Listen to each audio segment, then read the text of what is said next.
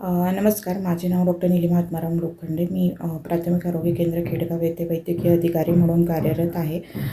दिनांक 25 एप्रिल 26 रोजी आमच्याकडे कुटुंब नियोजन शस्त्रक्रियेचा कॅम्प आयोजित करण्यात आला होता. त्यासाठी जिल्ह्याकडून आम्हाला डॉक्टर अनिल तुकाराम कदम हे सर्जन म्हणून लाभले होते. त्या दिवशी 19 शस्त्रक्रिया पार पडल्या, परंतु त्यातील एका लाभार्थ्याला शस्त्रक्रियेनंतर BP कमी होण्याचा त्रास सुरू झाला.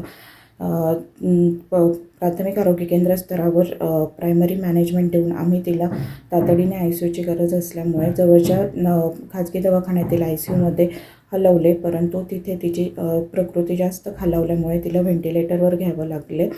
त्यानंतर आम्ही तिला कार्डियक ॲम्ब्युलन्सने ससून येथे दाखल केले, परंतु दुर्दैवी ससूनमध्ये दाखल केल्यावर तिला ब्रॉड डेड म्हणून डिक्लेअर करण्यात आले.